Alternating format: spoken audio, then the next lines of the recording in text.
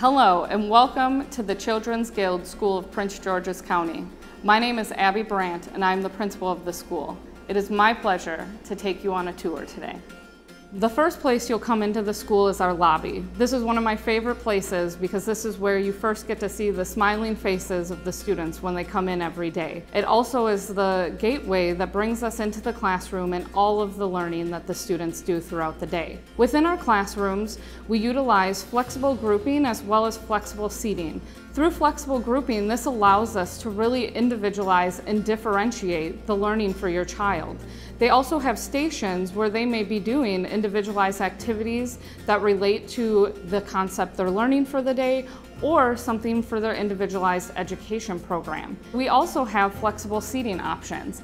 This includes sit and spin stools, a variety of different chairs, as well as foam furniture that allows students to rock or maybe sit at different height levels depending on what is needed at that time. It has been amazing to see some of the projects and developments that our students have come up with, including some of their own sensory furniture. The students cut tennis balls in half and glued them to the top of a stool, and you would think that might not sound very comfortable, but if you try one of these, you will certainly want one yourself. We also had students create a comic book all about cyberbullying that ended up getting published and made it onto the local news. We love to spread the knowledge that our students learn. One of the favorite outdoor learning spaces is our boat courtyard.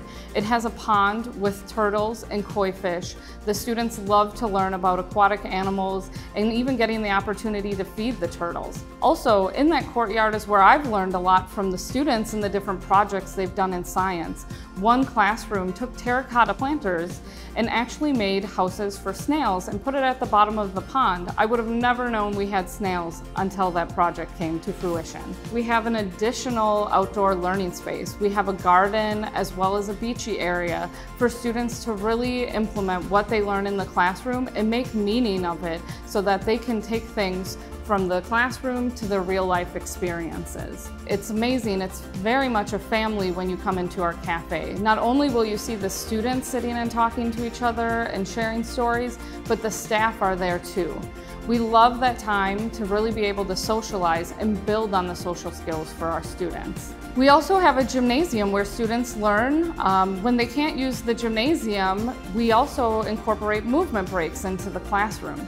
This is important as we know students learn through kinesthetics. We utilize movement breaks that are structured, that may be a brain break where they might be getting up and dancing or following instructions from the teacher, or sometimes our structured movement breaks may also be a little bit of a free time on our playground. Incorporated into our program are all the related services that kids would ever need. We have social workers, occupational therapists, and speech pathologists. All of our students, whether or not they receive social work services, have the benefit of having a social worker come in and work with their child in a group session at least once a week, where they learn social skills, coping strategies for difficult situations, and also just have that time, if they need to be able to confide in a staff member that is trusted. Our social workers also always make sure that parents stay abreast of anything that's going on in the school pertaining to their child. Our speech pathologists work with our students who have communication needs and have services prescribed on their individualized education programs. Not only do they benefit students who have the service, they also benefit all students in the classroom. They create visuals for our students, such as a visual schedule, or if they have troubles communicating, they will make different core boards or work with the student to use an augmented communication device to be able to express what they are feeling or what they need to say at that moment. Our occupational therapists work with our students who receive services on their individualized education program, as well as provide support to teachers in the classroom for students that may have sensory needs, need assistance with utilizing technology, or even things as simple as handwriting. Our occupational therapists have a sensory room within the building that they work with students to really be able to harness some of the sensory issues they have and find different strategies to be able to manage them. We also have a box of sensory items for every classroom, and sometimes it's individualized down to the student depending on their needs. so that if they are feeling fidgety, or maybe they need a calming activity, or maybe they are feeling tired and need something to alert them, there are different activities in this box that will help them through all of their situations. Another support that we have in our school is called the Multisensory De-Escalation Room. This room allows a student to really get a break from the classroom and go to a room where there are no distractions. They get time to either really think and have some quiet time to themselves, or they can talk with the staff member who has helped and brought them over into the multisensory de-escalation room. Our students love this, as sometimes they just have a little bit of extra energy.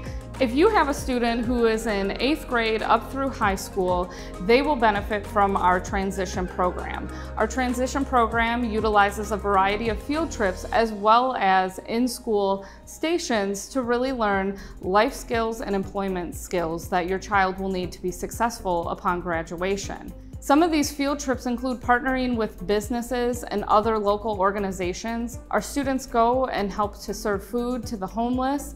They learn to stock shelves, fold clothes. Along with that, they do have the joy of getting to utilize our stations within the school.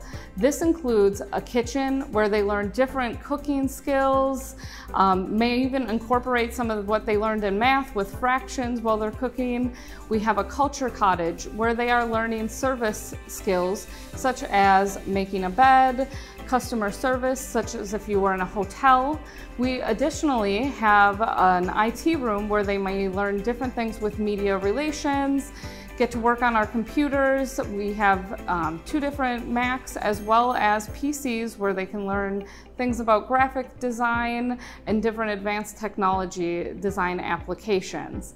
Our students participating in our transition programs have a plan that will be developed by you, the parent, as well as the student and our transition coordinator to make sure we're doing what's in the best interest of your child. We have so many different incentives for our students to earn, including daily, weekly, and monthly incentives, such as a Fun Friday activity that may mean going and watching a movie with another class, or sometimes we might even bring in a fun game system for the week. Our students are so encouraged by their incentives, and that is one of the main things that our program brings with behavior supports.